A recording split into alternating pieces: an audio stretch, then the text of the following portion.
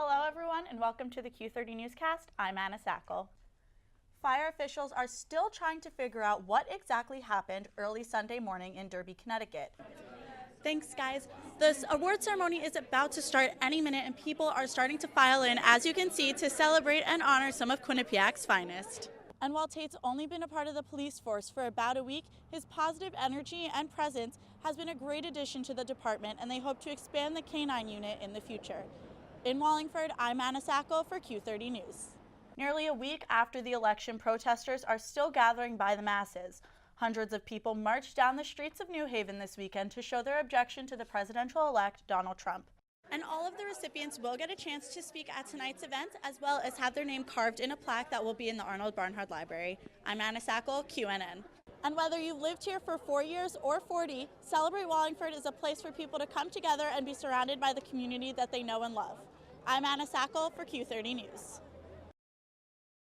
The Wallingford Police Department has a new furry addition to their team. His name is Tate, and he's a Labrador and is the first member of the Wallingford K-9 unit in over 30 years.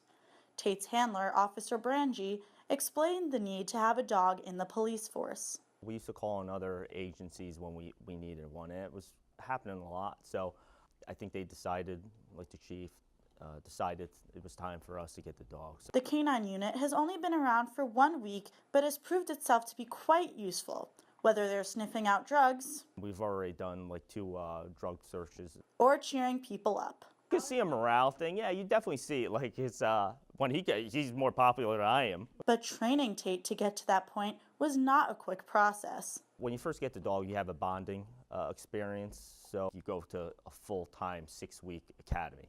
And that's where you put everything together. They start, they know the odors, so they already recognize those. So then they start doing into kind of practical stuff, like hiding things in rooms and cars. And while Officer Brangie practices with Tate daily, to Tate, it's just fun. I use like phones sometimes to set keys, anything, pieces of leather, and you have somebody else throw them in an area. I give them the command. And he finds it and he just lays down on it.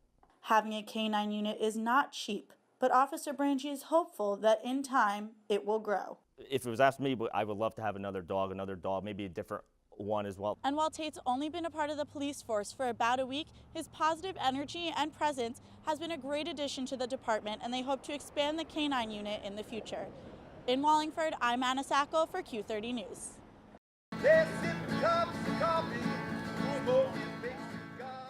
Celebrate Wallingford is an annual event held by the nonprofit group Wallingford Center Incorporated.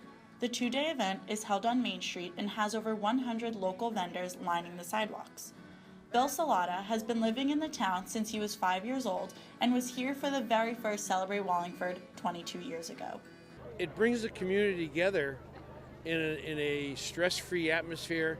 Everybody just walks around, chills out, and has a good time. And you know, sees the different restaurants, meets people they don't see too often, and just brings everybody together. Not everyone has been in Wallingford for decades, but their love for the town is just as strong. I'm in love with this town. I'm new to it, but I just love it. And I love the sense of like everyone knowing each other and how you can walk down the street and just see people. Leah and her husband John co-own The Eatery, a cafe that opened in town less than 3 years ago. And although this is their first year as vendors, their story is one that is completely Wallingford grown. So yes, it's our first year doing Celebrate Wallingford, and it's been awesome. It's been a crazy, stressful ride, but it's been really good so far. We're excited to be here. Not only is Celebrate Wallingford an event for the community to come together, it is also a way for different groups in the area to get their name out. It gets us out into the community, makes us visible. We have applications if somebody wants to join the volunteer fire department. They can come down and see us on Tuesday nights. It's a fundraiser for us. We use the money for training and to support the members in the department. And whether you've lived here for 4 years or 40, Celebrate Wallingford is a place for people to come together and be surrounded by the community that they know and love. I'm Anna Sackle for Q30 News. Quinnipiac Student Government Association is encouraging students to become more proactive in our community. SGA held an event last Monday in the Student Center where students could register to vote in the upcoming Hampden elections. President of SGA, Jonathan Atkins, is hoping this will help with Quinnipiac's relationship to the town.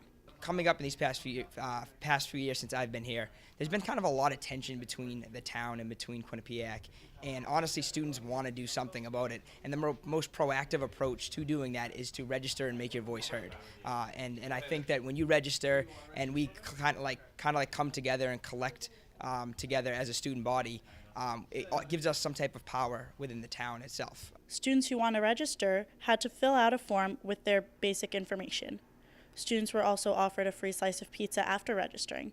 One student who registered said he is excited to get the opportunity to be able to vote. It's a great way to, represent yourself and give your opinion on who you think should be elected. SGA representatives say they hope that students take this opportunity as a way to learn and get more connected to the town.